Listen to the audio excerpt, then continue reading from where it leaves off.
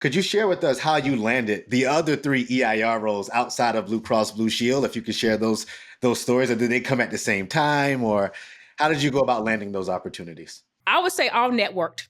They were all referral to me. I would say the Blue Cross was because I came back again. I was confused. I from Africa. I didn't know what I was doing. I was trying to retire. Now, I couldn't retire, but I wanted to, and so I was like, why don't you think about this? And so that was it. They connected me to that role. NIH, same way. I knew some of the EIRs who were already there and just had conversations with them, came in that way. Welcome to EIR Live, where we dive into the lives and lessons of entrepreneurs in residence. I'm Ilya Tabakh, together with my co-host Terrance, ready to bring you closer to the heartbeat of the innovation and entrepreneurial spirit. Every episode, we explore the real stories behind the ideas, successes, setbacks, and everything in between. For everyone from aspiring EIRs to seasoned pros, EIR Live is your gateway to the depth of the entrepreneurial journey and bringing innovative insights into the broader world. Check out the full details in the episode description, subscribe to stay updated, and join us as we uncover what it takes to transform visions into ventures. Welcome aboard. Let's grow together. All right. Hello, everyone, and welcome to another episode of EIR Live. We're here with our distinguished guest, Loleta Robinson, and I am so thrilled to have her on the podcast. As you can imagine, another serial entrepreneur in residence, but this time coming from the medical world and a medical background into doing a bunch of entrepreneurial things that we'll get into today on the podcast. But her journey from the medical world to business to entrepreneurship and then just becoming a serial XIR and EIR is one for the books. And her early background starting businesses, like a lot of our guests, and making those multiple transitions throughout her career. I'd love to be able to tell you more about her, but I'd never be able to do her background justice the way that she could. So, Loleta, could you please introduce yourself to our audience? Well, hello, everyone, and thank you for having me. I'm so excited to be on this EIR Live podcast. Podcasting is new to me, so bear with me, but I am here to tell you all about my life's journey working in healthcare. And I think this will be just a fun opportunity just to actually introduce myself not only to you two, but just to the world in general. I tend to work behind the scenes. So this is kind of my first time sort of being out there and actually speaking on what I've been up to for the last 25 years. But I am Loleta Robinson, and I think I'm going to just tell you about my 25-year journey in healthcare. That's been anything, I would say, but linear. It's been a crazy, wild ride. I survived, and I'm a survivor. In healthcare, you survive these things. And so I'm here to just kind of give you that information and background about me. But I'm a physician by trade and training. And while I did not love patient care, I hate to say that, but surprise, surprise, I had this nagging feeling that there was much more what things I could do beyond the exam room. So as you mentioned, growing up, I was always entrepreneurial. I had all these side businesses in high school and college, and I was doing everything, but what I probably needed to be doing.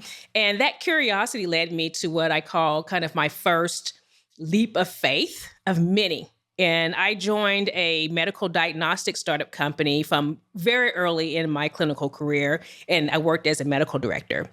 And I would say I had absolutely no idea what a medical director did in a startup. I was clueless. Didn't even have any business doing that, but I did. And I made it through it. But I would say sometimes those best opportunities come disguised as what am I getting myself into type of moment. And it was definitely one of those moments. But that role turned into the most incredible kind of crash course in business. One day I would be designing clinical studies. The next I'll be troubleshooting supply issues, like literally in the warehouse putting diagnostic kits together. And then I'll pivot to marketing and sales and work with business development and regulatory submissions. It was like drinking from a fire hose, but it taught me how to translate science and complex science into real healthcare solutions. And that role led to where I am today. That was the beginning, honestly, of the rest of my life and healthcare and the business side of healthcare. So I I appreciate that them giving me the opportunity 20 something years ago to take a chance on me, and someone who was still in between, not knowing if I wanted to stay in clinical medicine or do business, but gave me an opportunity to combine the both of them. And that's why I am here, and I've loved every minute of it. And then from there, Hold on. Before we jump too far, I love this idea of a leap of faith. yes. And I know, you kind of mentioned that you were doing entrepreneurial things. I mean, it sounded like even in your earlier background, there's sort of this concept of seeing an opportunity, and kind of jumping at the chance. And so maybe if we can kind of, before we go on to kind of next steps, talk about, a little bit of that early entrepreneurial experience. And then I know that as you were kind of thinking about what to do with an MD and kind of how to make a difference in the field, you were doing a lot of exploration and kind of chatting with folks, chatting with some of your mentors. I think a little bit of that, kind of context is really helpful to because I think it was more than you took one leap of faith and it was uncharacteristic. It seems like there's a little bit more of a pattern there. So if you can dig into that a little bit, I think would be really helpful for the audience. Absolutely. So I was always a curious child anyway. I was the one that had the microscopes and, was always in the science background. But I also, like I said, I had the first Uber business, when I was 16 in the 80s. I would drive my neighbors' kids to all their soccer practices and gymnastics class and bring them all home in my car. So I had a car full of kids, but I got paid a good amount of money. And that's when I was like, I like business, but I also like science too. How do you combine the two? So you're going through medical school, you're going through your residency, and I'm like, but I still like business. But back then, those days, you didn't have the combined MD, MBA programs. You sort of had to figure it out on your own, and I went to University of Kansas School of Medicine. And back then it was sort of, okay, but who is this person? She doesn't want to practice. She wants to do business. We don't do business, So it was me figuring it out, asking around, and people, understanding where I was and the place that I was, and kind of came to me and said, okay, here's an opportunity to do an MBA program at University of Colorado at Denver. It's basically first cohort. Can you come and try it out and test it out? And I did, and I loved every minute of it. And the rest is sort of like, now I have some idea of what I want to do. It wasn't 100% sure what it was going to lead. And probably to this day, I still don't know. But then I had an idea that, okay, I think I can combine the two together, business and medicine. I am going to have to struggle and find a way and what that really looks like. But for me, I thrive off of looking at and assessing new opportunities. That's what I do. In my whole entire career has been, is it going to kill me or am I going to jail? If the answer is no, then I'll go ahead and I can do it. I'll figure it out. And that's kind of how my life has been forever. Yeah, I'm curious if there were sort of examples. I know in my kind of engineering background, commercialization and engineering, believe it or not, wasn't like a first order consideration either. But there's folks sort of around that, in their resume or in their background had done things, in addition to the things that they did. Did you have folks like that around you? Or was it really, kind of, hey, there's this new program starting. Maybe this would be interesting. I guess talk about that a little bit more. Yeah, it's not so much having, those folks around me. I would say when it came to my medical side, my family was always back there, trying to figure out what to do with me, where to go, how to get me there. But when it was about how to mix and combine the medicine and the business piece of it, it was really find that out on your own. Because at that time, this was like 1990s, no one was thinking about this. And so I think some poor souls probably felt sorry for me because they saw that I was struggling, trying to figure this all out. And I didn't have any answers. And so it was just one person that was a dean of the program at the time at the MBA said, hey, why don't you just think about this? Take a year and just go through this program, test it out, and then see what you think, And that one person basically opened my eyes to what I could do. with healthcare and with business. And so that was the start of it. And then for me, that other leap of faith is saying, you know what, do I want to continue to practice medicine, or do I want to just go forth and work at a startup and figure out this medical director role? And that's what I did. And I have no regrets about that at all, because that's exactly where I needed to be at that time. I love this. So this is the second leap of faith, right? That you've taken already. And you're just getting started, right? Oh gosh. First it was the business thing, and then it's sort of, here's the first year of this program. We think it could be something, but we don't know, right, Loleta? And you're like, why not? Let's take another leap. And let me just take the leap and do it, right? Did you have to move out to Denver to do the program, or did you do it virtually at the time? No, I was already in Denver. You're at the already time. in Denver. Okay. Yes. I was working for St. Joseph Hospital at the time. And so, yes, I was already there, and they're like, hey, this program is at University of Colorado, Denver. So it was just a matter of going down the street, honestly, to take the course, to take the class. So, yeah. Okay. So talk to us after you leave the MBA program, you've had your experience, right? Working as a medical director at a startup, right? Talk to us about what you did next. So from there, that company was acquired by Thermo Fisher at the time, or Thermo Electron at the time. And so I said, well, you know what? Here's another one. I always wanted to live in the DC area. And so I landed a position as a medical science director at MedImmune Vaccines, which was acquired by AstraZeneca. So I went from this scrappy startup in Louisville, Colorado, to this biotech company in Gaithersburg, Maryland, working on vaccine development, marketing teams, things of that sort. We were launching FluMist, the intranasal flu vaccine at that time. So that was a major change of pace for me. That's right. Yep, major. But I would say that role, it was tough. It was a tough role, but I think it was, you're learning how large scale product development projects work, and sometimes why they don't work, but you also learn about marketing, a pharmaceutical or some type of drug or a vaccine, and the things that you can and cannot say, or the things how you market it. And so I got a chance to learn those types of things. And I think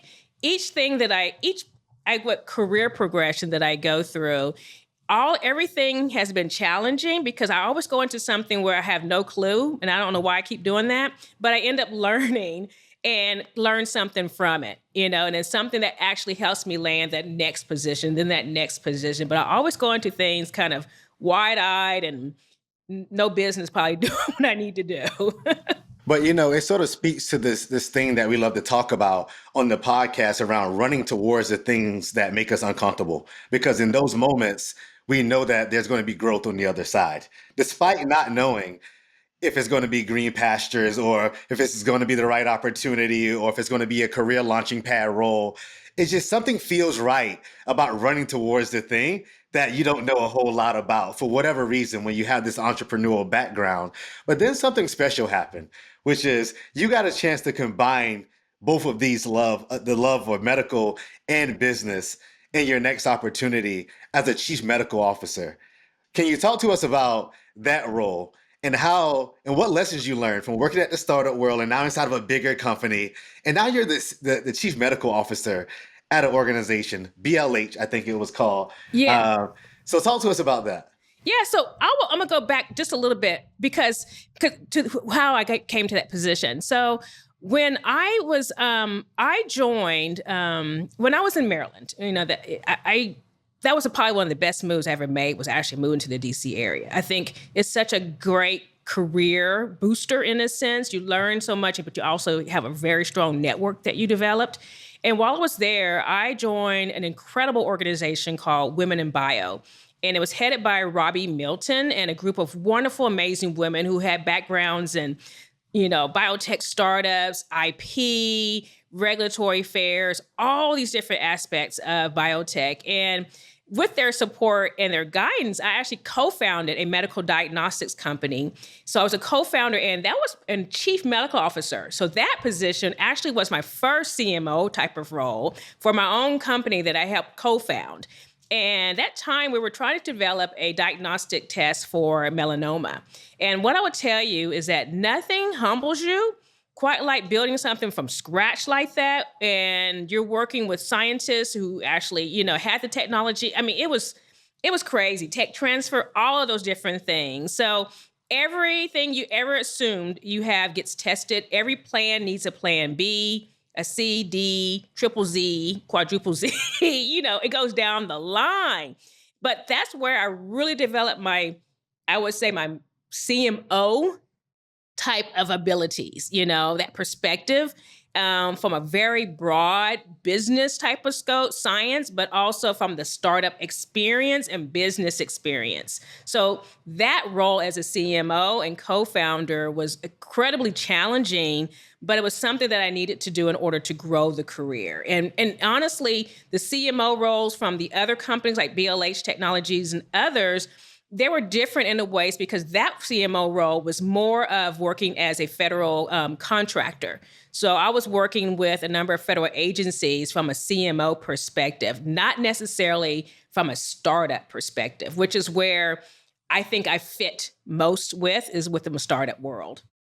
That was a way better story to my question, and I'm going to toss it over to Ilya after this, and then we'll get into the land of landing your first sort of EIR gig. But I'm curious to know, what were some of the lessons that you learned in starting that company for nearly 5 years? You ran that company before you went on to, BLH. Can you share with our audience some of the war wounds, some of the lessons that you learned in doing that?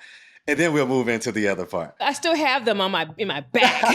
The knives are still in there, but from those many years ago, I'll tell you, the startup, for me, it was the funding aspect of it, particularly when you're a very early stage company. It was the understanding, the business model, understanding the clinical studies you have to do, the IP, all of it. All of it was a struggle. And particularly when it was your first company as well in that space, and you know nothing. And the good thing, I think, for me, being in Maryland and had that support of like Women in Bio, but just a state that was behind us and really supporting us, I don't think it would have, we wouldn't have lasted a month if it wasn't for them, So I think that when you do something like this, you have to be, or you should be in an area where you have that support, someone who can help you get through those, someone who has that experience, that mentorship to help guide you along, because it's all a struggle. There's not one thing that's, this is more of a struggle than the others. No, it's you got there for money. You have to figure out, okay, what kind of clinical studies you need to do, regulatory. So you need to understand FDA. You need to understand commercialization. You need to understand how you can make money. It's everything. There's a team you need to build, working with scientists. It was all a struggle. But I'm going to tell you, it's one of the best experiences, I've ever had, just because I had a chance to learn everything about a startup from soups to nuts. And that experience is how I can become an EIR at this point. That's right. All right. I'm going to tee it up and I'm going to let Ilya have it, which is you became an EIR. Did you even know what the heck that was at the time? No, prior to the EIR, I was actually, another thing I did, I was asked to, go to Africa for a while. And so I did that too, so I had to throw that in there. But, and so when I came back, I was like, well, what am I going to do with myself? I don't know. I've just been spending some time in Africa. What's going on with life? I don't know, And so someone mentioned to me, hey, there's this entrepreneur in residence role at Blue Cross Blue Shield, Nebraska. And I was like, well, number one, Nebraska, I don't know about all that. But I was like, what is an EIR? I don't even, what is that? I have no clue. And honestly, I, took the role and I probably still didn't know what an EIR was when I actually accepted the role. So I was learning on the job as to what I was going to be doing. But that's, that's where it began, with the EIR. And I loved it. It was fun. Well, and it looks like that first EIR role was kind of deal sourcing, competitive intelligence, kind of helping them think about what else was in their ecosystem, which I think is like a really interesting and good way to start, especially as an operator. And so, in a couple of episodes, and generally actually when we talk about EIRs, I think one of the main roles for an EIR is to play the role of translator. And I think the way that you really get good at translating is by, sort of being native, actually spending some time in that environment. And I think your story is like a really good example of how, you sort of built some of those kind of good experiences to help lay the foundation to be a really good translator. And it actually occurs as we're talking, medicine actually has this concept of translational medicine, right? There's a lot of fields that don't, at least in medicine, they specifically recognize that research does not necessarily make it to the clinic by itself, right? And I think like it sort of occurred to me as you and Terrance were kind of talking about kind of that early foundational background is, being an EIR in medicine is almost like a meta level translational medical practitioner, right? Because you're adding IP, you're adding commercialization, you're adding fundraising, but that's all really kind of involved in the effective application of, sort of medicine meets clinic meets population meets outcome, right? In a way that's not, at least as far as I know, traditionally taught in kind of a medical school context. So I think it's cool to sort of, build on this idea of EIR as a translator, and love just kind of thinking about that. And so, yeah, love that. How was that kind of that transition from sort of operator to maybe more of a spiritual leader or advisor or, sort of other roles that EIRs played? Can you talk about that a little bit? Yeah, absolutely. I was actually ready for that type of role because I was at an age at that time where I was like, I'm kind of, when basically I had that experience in Africa and I was ready for just to settle down. I was tired, and I was honestly thinking about, okay, I think, do I want to get into consulting? What do I want to do? I was kind of burnt out from corporate at the time. So I didn't come back thinking, okay, I'm going to go get this big job and da-da-da. No, it was, what can I do where I can just sort of be flexible for a little bit? I can rest. I'm tired. I'm just tired. And so ER came together, but I'm going to tell you something. That first ER role was not retirement. It was a full-time role and you still had to actually do a lot of work. But that was where I was exposed to the world of venture capital, with Blue Cross Blue Shield venture partners and venture development, startup evaluation, the due diligence, and working with startups from like you say, an advisor level.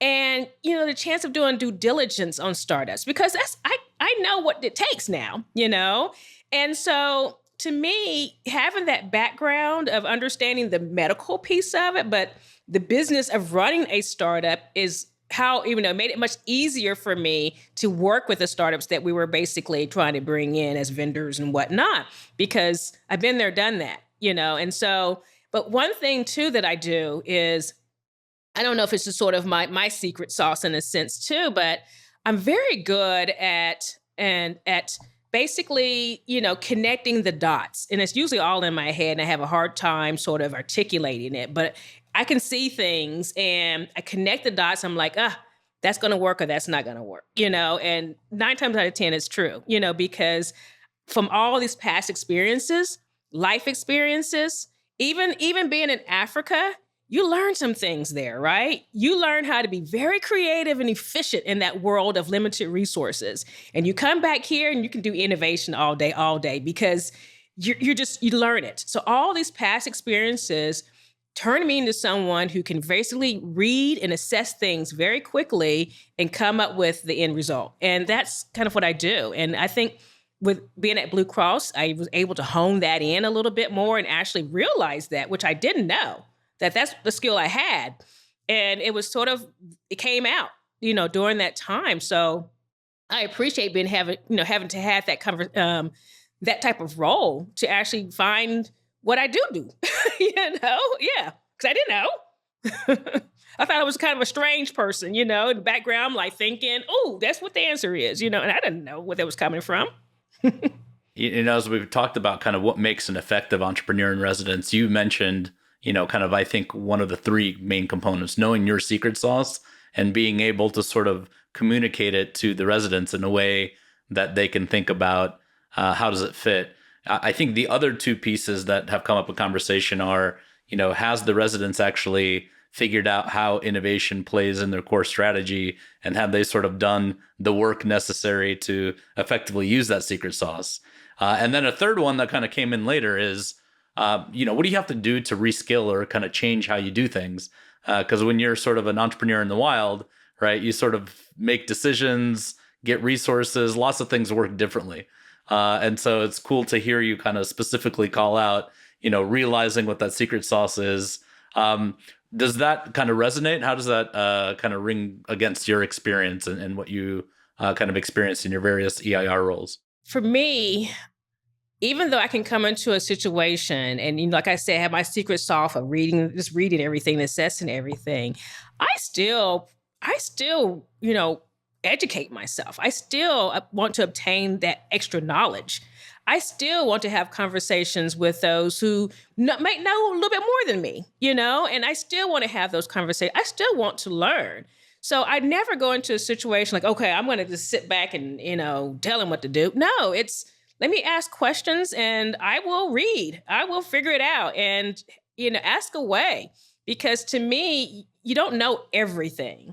And sometimes when like I said, I have those things going on in my head about all these little balls in the air and I'm trying to connect everything, it's still, there's some education that comes in to help me make those connections, right? And so to me, you're always learning in this role. And there are some things that I can do fairly quickly now because I've been at it for 25 years, but there's always some kind of new, interesting technology that I don't quite know. Let me figure it out. And I will go and learn it as I should. And so that helps me formulate some of my answers to what I need to do to help with my clients and startups and things of that sort is constant education. You're in my head, okay? You're in my head, Loleta, because I was literally thinking, like, what I want her to go through next is the skills and the behaviors that you had to unlearn, okay? From, your medical world where things are really polished, buttoned up. This is how it's done, best practices, to the startup world where things are uncertain. You're always experimenting. You're always testing. You're throwing SHIT at the wall, trying to figure out what is going to stick, right?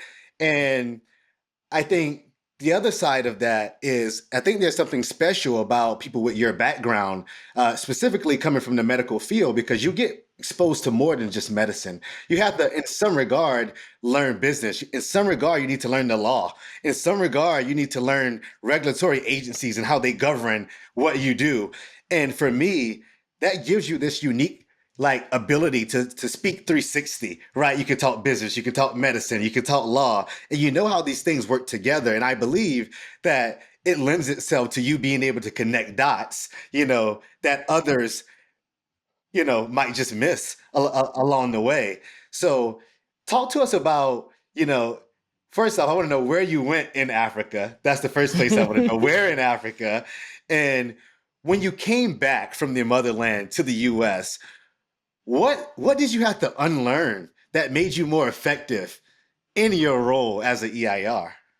Well, I would say for the countries, I went to Ghana, Tanzania, Kenya, Botswana, South Africa, Namibia, I believe. Yeah, maybe a couple others. But yeah, so I was there.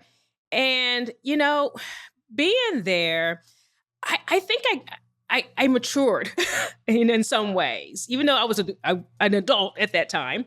But I matured because you see things that are not fair, but you find a way to make something work in almost impossible settings. And you, like I said, you become very creative and efficient with a lot of things because you don't have the resources and you're trying to figure it all out. And when I came back, I think I had this sense of, well, life is tough and you have to make do with this. And you have to learn how to get yourself out of these holes sometimes. And as they say, life is lifing, and for a lot of people. And so I think my perspective is how I see the world, how I see people, how I don't judge the people, where they come from. And so it opens and it broadens your mind up as to how things should be.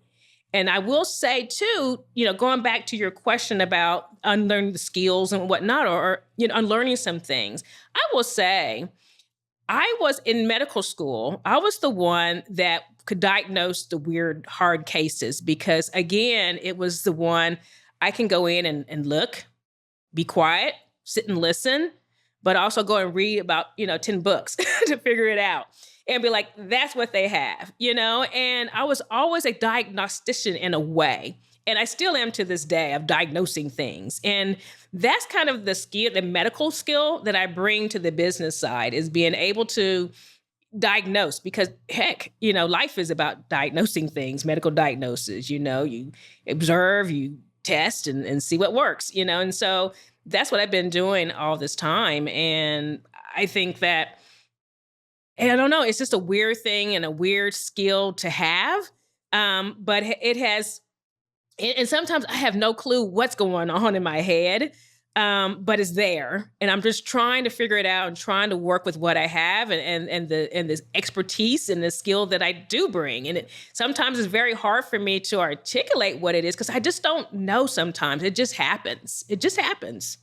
So diagnosing problems before you prescribe, and try to find a solution is sort of spot on. All right, I can ask you a million more questions about this, but I'm going to toss it back over to Ilya now. Yeah, no, absolutely. I mean, I think talking about the capabilities and the EIR role for Blue Cross and kind of what it took you in is an awesome opener. You've had, you're a serial EIR, as we were saying at kind of the beginning of the show, 4-time EIR. Can you sort of compare and contrast some of the sort of differences in the various roles and kind of how they're similar and maybe how they're different? Yeah, so I will say from the Blue Cross Blue Shield Nebraska ER role, it was functioning out of like a corporate innovation lab in a sense. And so your role is to go out and source, identify interesting startup companies that could add value to the members of Blue Cross. And so for me, a lot of that was a lot of due diligence work. You go in, talk to the team, really dig deep into the product itself, and make suggestions and recommendations. You have conversations with the venture arm, like, hey, maybe, we might not use them, but it might be good for you in terms of funding. Go from there, learn some things about venture capital. Then my role with the National Institutes of Health, that role was more of an advisory role. So I worked and advised SBIR, STTR awardee companies on their business and commercialization strategies. So it's more high level, high point of view as to what those companies need to do to kind of get from the lab, get from the awards themselves and then to the market. And that's what we worked on. So we got a chance to work on some really interesting, more life science biotech products versus Blue Cross Blue Shield was more digital health. So that was the thing. And then I've also worked as an EIR for a hospital system as well. And that one, it was more so working with them to launch startup companies. So being an advisory role back then as well. So they're all different in a sense, but they're very much similar. In a sense, you're advising, but also you're doing some deep dives into the startups themselves or trying to launch a startup. And do they have like a formal sort of like program at all of these organizations where you were in residence, or you were the only EIR like inside the organization? Or did you have others that you can bounce ideas off of and perform diligence on companies and look at commercialization strategies of, I'm curious to know about that. Did they have an actual program, or were you the lone wolf sort of inside the organization as the only EIR? Yeah, so with Blue Cross Blue Shield Nebraska, there were 2 of us. And so we were able to, my counterpart was more of a corporate ER itself, and I was more from the startup side. So we were very complimentary of each other. And then with NIH, there's a bunch of us. It's almost like 20-something ERs. They have IP, regulatory. We have myself with a payer background. We have folks who've CEOs of companies, life science companies. It runs the gamut. I mean, very, very high level people with the NIH. And then with the hospital, it was more myself, but I had worked with others who helped me and support me as well. And looking back on those experiences, like, would you do anything different? You've had 4 EIR roles at this point. If Loleta was starting the EIR program and you were running it and you were recruiting the EIRs, what would you do differently from the experiences that you've sort of been a part of today? I think they've all had their unique experiences. I don't think there's anything, because they're all different in their own way, which is good. So it's not like I've been in one program for 20 years. No, they're all different, and I gained experience or something different from each one of them. So, Blue Cross was more the venture side, and NIH is more working with commercialization and from the federal government piece of it, so that mindset. And then you've got the hospital where it's just almost like helping to operate a startup in a sense, so they're all unique. And for me, I think that helps because it keeps me thinking, it keeps me going, because everybody has a different uniqueness to it and different work, that I need to do. So for me, I don't think there's anything I would do differently, because I like each one of them because I gained some sort of experience that I needed to go to the next one. No, that's incredible. And I'm going to ask you one more follow-up question because, as you know, the podcast is all about educating our audience on how do you land your first EIR role? What should you do once you're in it? All of those things. Could you share with us how you landed the other 3 EIR roles outside of Blue Cross Blue Shield? If you could share those stories, or did they come at the same time, or how did you go about landing those opportunities? I would say all networked. They were all referral to me. I would say the Blue Cross was because I came back again. I was confused. From Africa. I didn't know what I was doing. I was trying to retire. Now, I couldn't retire, but I wanted to, and so I was like, why don't you think about this? And so that was it. They connected me to that role. NIH, same way. I knew some of the EIRs who were already there and just had conversations with them. Came in that way. The one at the hospital, same thing. It's former folks I used to work with at Blue Cross Blue Shield. And then I worked with them during that time. And so they referred me as well, and it just came from there. Nice. One thing we talked about in the sort of preparation for the episode is you had a couple of these roles kind of together at the same time. And so, to me, that was a little bit different because I've always looked at having kind of one EIR role at a time. Can you talk about sort of how do you balance these roles and kind of how you think about that, and whether that, is that an opportunity? Is it a challenge? Kind of just talk through how you think about managing that. Yeah, it can be a little rough at times, honestly. Like I said, the whole idea for me to be an EIR at this point, remember, I'm trying to slow it down, work my semi-retirement, but I'm not, because I'm doing like 2 AR roles and plus a CMO role, so I don't know where the semi-retirement is coming from, but I'm still trying. But the thing is, I just manage my time, as much as I can. Both of these are part-time roles, so it's nothing that's full-time. So there's a bunch of little part-time gigs that are kind of coming together, and it comes out to be almost full-time. But as long as I can manage my time, it works for me. And I've been at it for so long, in a sense, that I understand the work, I understand the team, I understand what they want, and I can get through it, fairly easily. It's not a huge problem for me right now. Well, what advice, I'm curious, what advice you would give other EIRs, even specifically those, coming from sort of the healthcare world, the medical background. They want to do something more entrepreneurial. They're ready to take that leap of faith, but, they don't have it like, Loleta just yet, right? But they're thinking about it. What advice would you give them on how to approach making the transition out of the medical world into something more business-like, or even landing their first sort of EIR opportunity? Yeah, I think number one, your best bet is to have that strong network. I can speak for that because that's how I got all 3 of my roles, was through a network. And if you know someone that is an EIR in a certain corporation, startup, venture fund, whatever it may be, have conversations with them and have them talk to you about it. What does this role entail? What would I be doing? What am I going to learn? And start there. Now, I think one good thing is about this podcast in a sense is that my goal here is to try to connect with those who are thinking about that transition, right? Because a lot of us are trying, my age, you're like, okay, I've done the corporate like 15,000 years. I'm ready to transition to something else. Was it consulting? Is it EIR type of thing? Is it executive in residence? And it is a transition because in a way you're not, I'm not full time for any of it. I'm part-time for most of it. And I think you just have to figure out what you want to do within the EIR role. Is it healthcare? Is it retail? Is it supply chain? What does that look like? And then you need to come in it with a little bit of experience, I would say too. And because you need some of that life and business experience to kind of come in to be able to give that type of advice to some of these companies or, the government, whatever it may be. Because I know like my role at NIH, everyone has some deep experience. And these are some amazing folks on that team. And I think, once you've gone through it, you can help somebody else get through it as well. So I would say have some experience, get your strong network, but really find out, again, what is your secret sauce? What value can you add? Instead of just telling these people what to do, but what can you really add to it?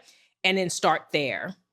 I think that's excellent advice. And, it's not lost on me or Ilya, what time period we were in when you were doing a lot of this stuff coming up in your background, as a woman, as a Black woman with a medical degree and an MBA, right, who's super sharp during that time, doing all the things that you were doing, starting companies, raising venture capital in rooms full of people who probably don't look like you across the table, right, and still persevering. Could you speak to what was your experience like during that time?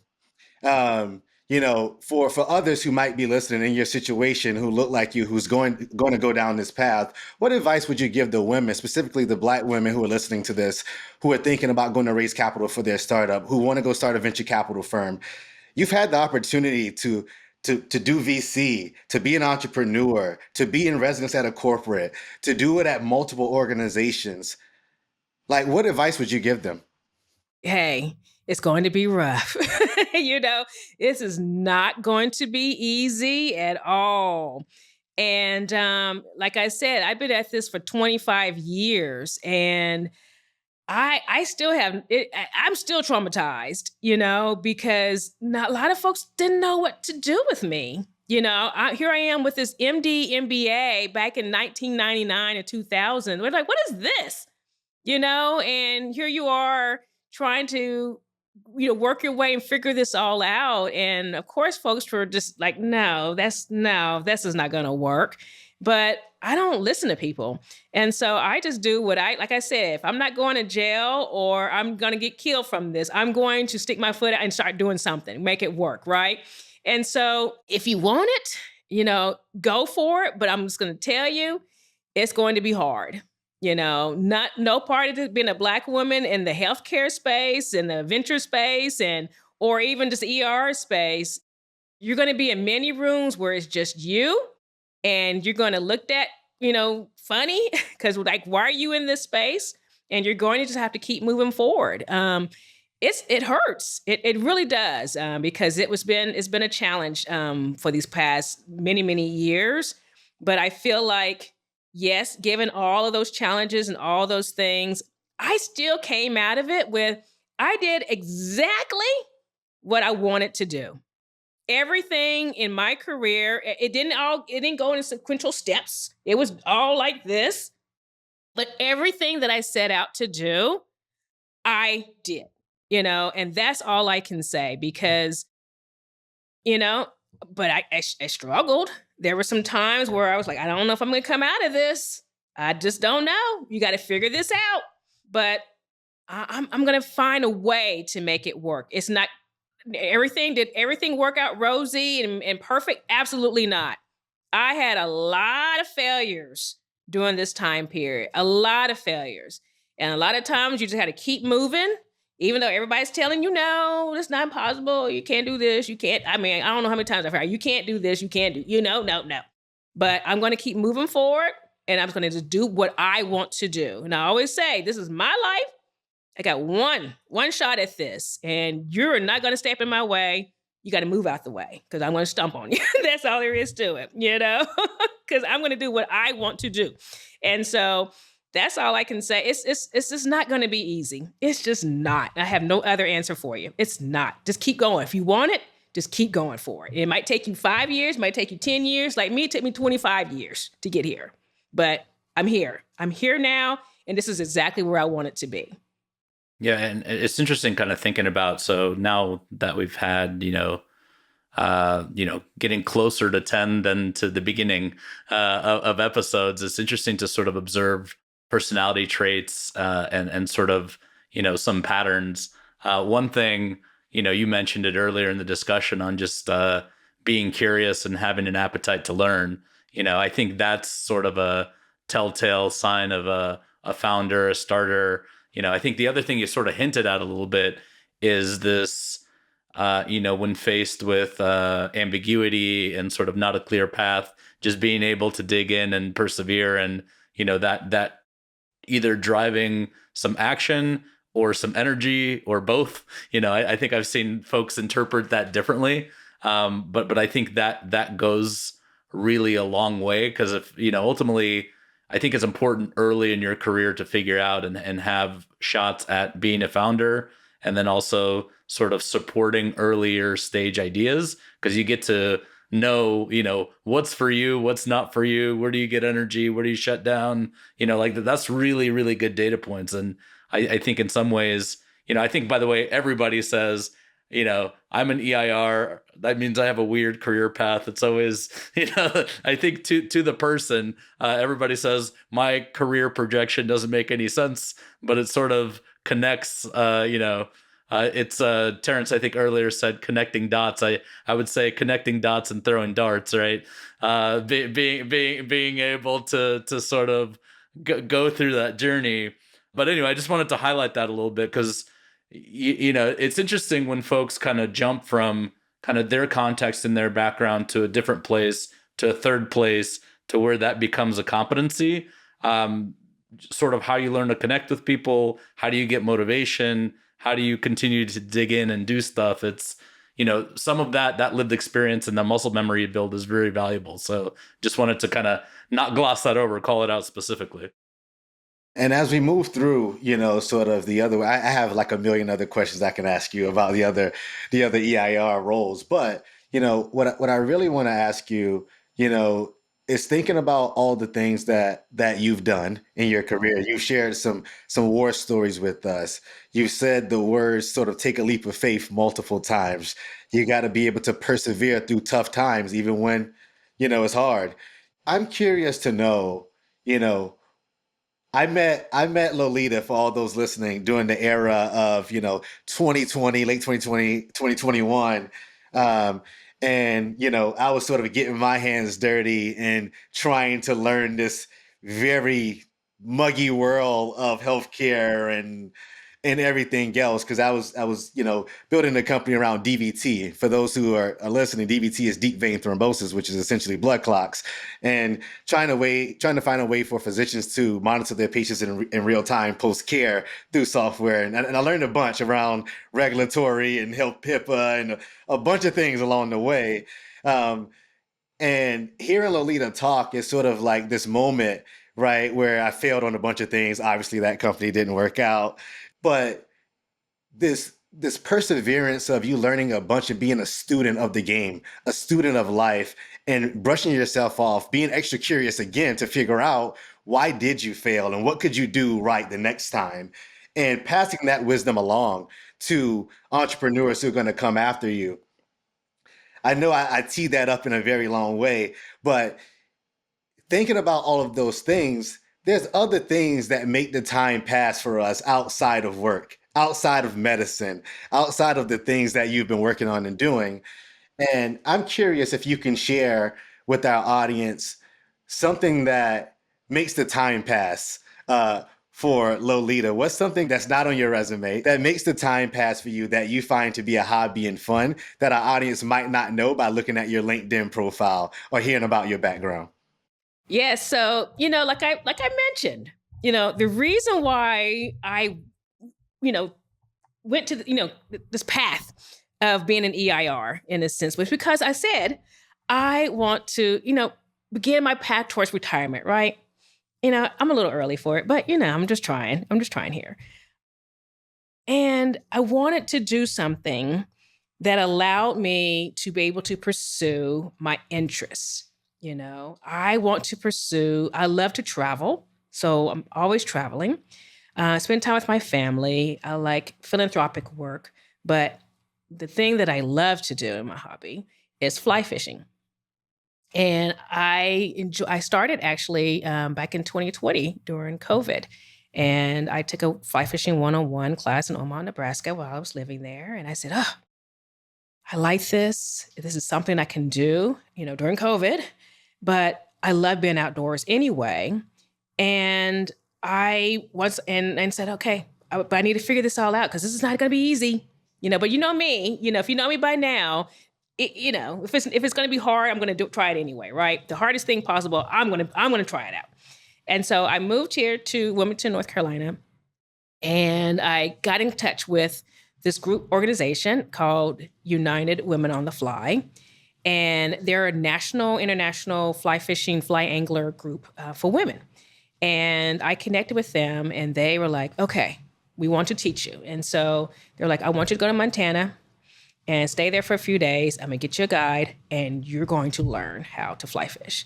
And that's what I did. I loved every minute of it. And since then, that's what I spend my time doing, is finding cool rivers, especially in the fall with the leaves, and going out and catching some fish. And that's what I spend my time doing. But that's why I said that 25 years of taking those hits, stabbed in the back, stomped on a few times to get to this point where I'm still fairly young.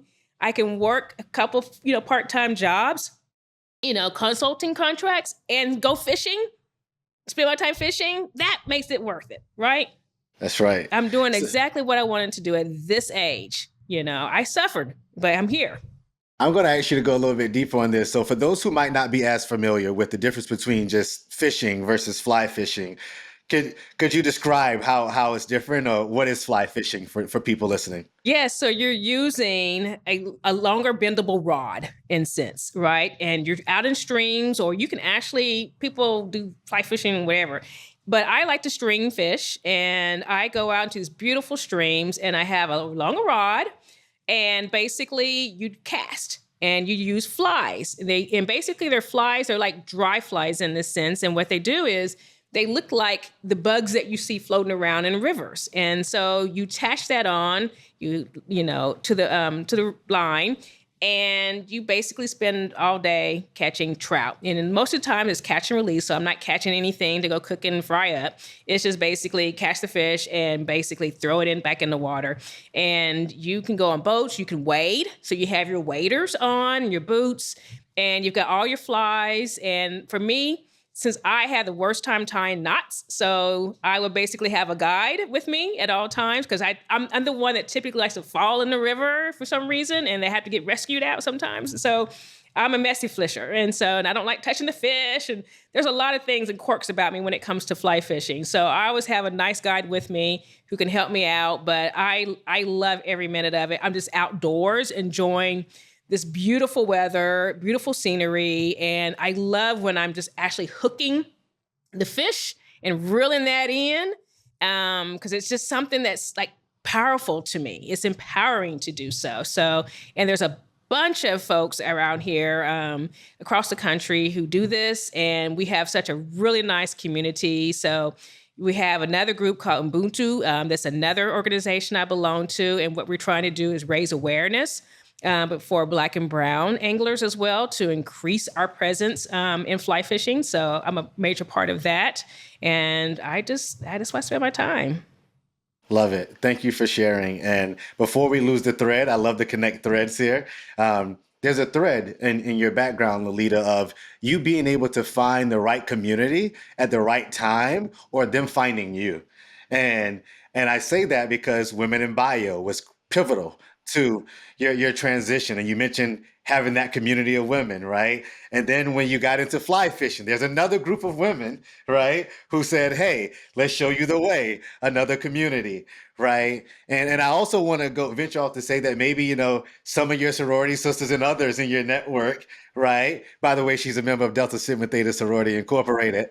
And I think there's something to be said about, somebody being able to drop into different places and being able to find the right community or having something about them, or aura about them to where people are drawn to them. They want to bring you in to their communities. And you've done that fluidly throughout your career. And I just don't want that thread to be lost for the people listening on finding the right community where you're at or where you're going to learn or to just engage with the ecosystem that you're about to be a part of.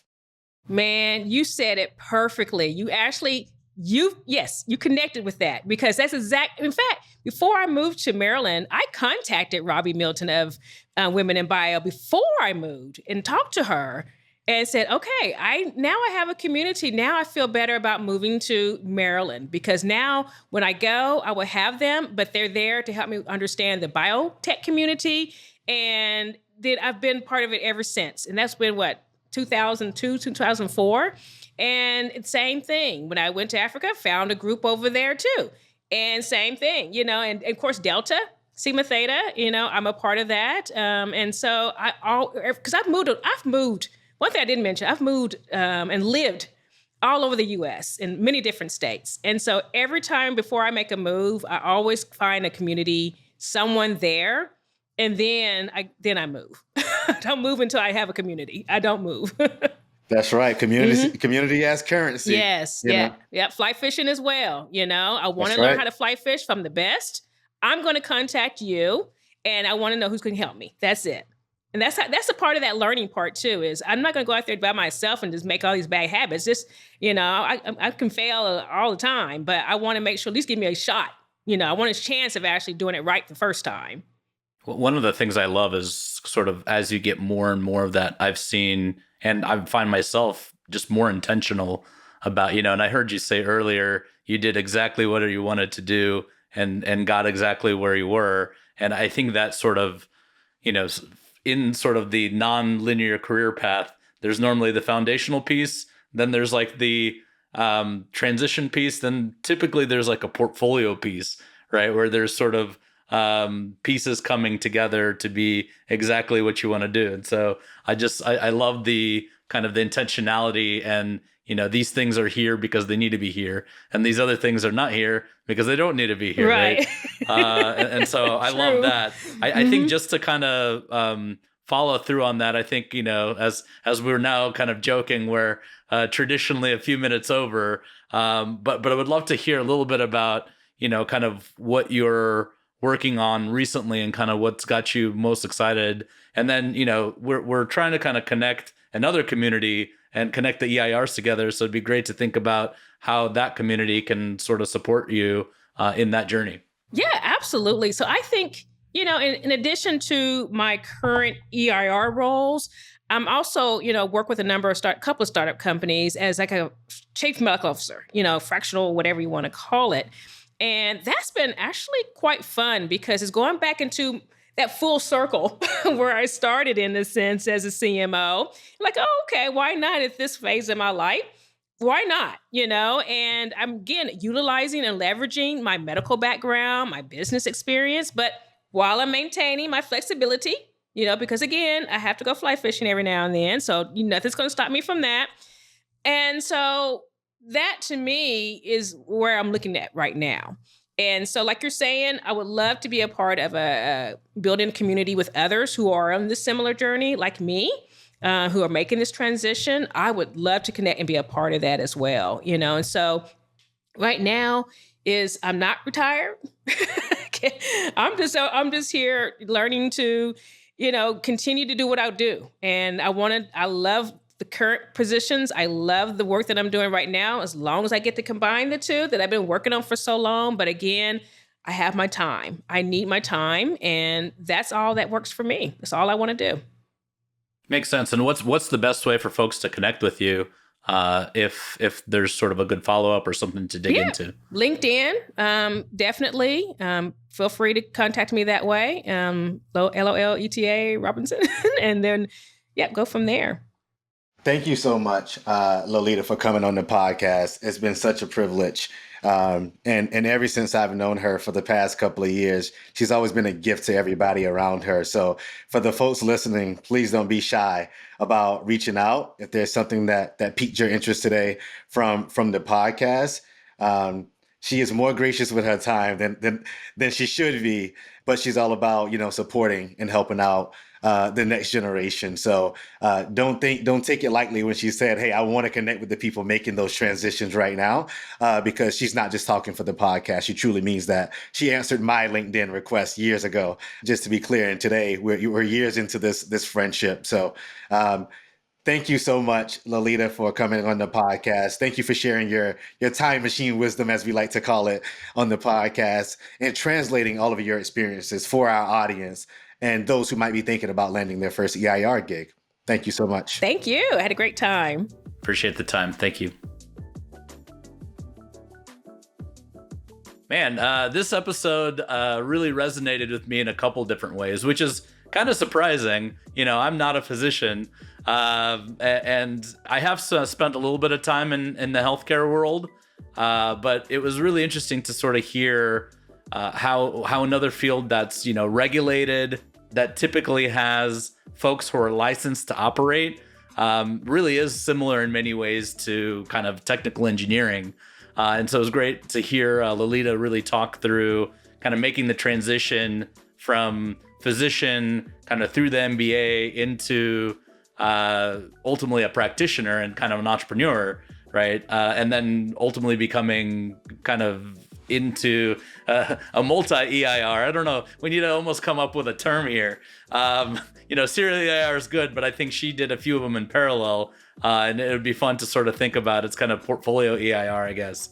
But there's a lot of topics that resonated with me, kind of thinking about how to introduce these other views in these, relatively rigid and regulated spaces, in kind of connecting these dots. So it was really awesome. And there's probably an episode or two we could have done in some related themes, but I think that's true for a lot of the conversations we have.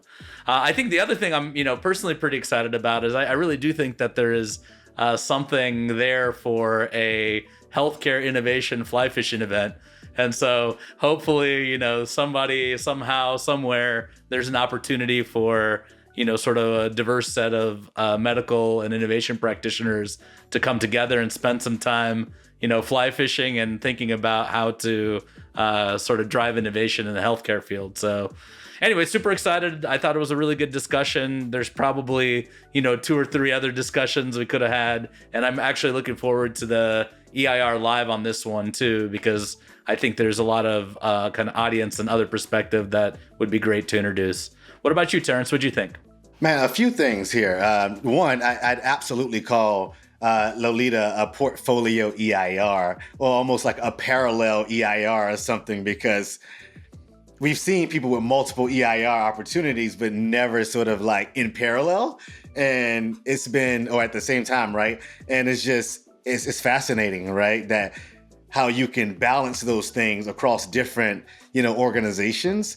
It's just a fascinating thing to think about. So that's sort of the first sort of reflection. The second thing is sort of how many times she jumped and took the leap of faith into the unknown and literally had no clue what was on the other side, right? And I think there's something to say about the people that we bring on the podcast, with the entrepreneurial chops that will just take the leap, no matter what. And because they feel something in their gut of guts that there's something on the other side, and it might be bad, but you know what? There's a lot of learnings on the other side as well. And we'll be students of the game and take that every single time.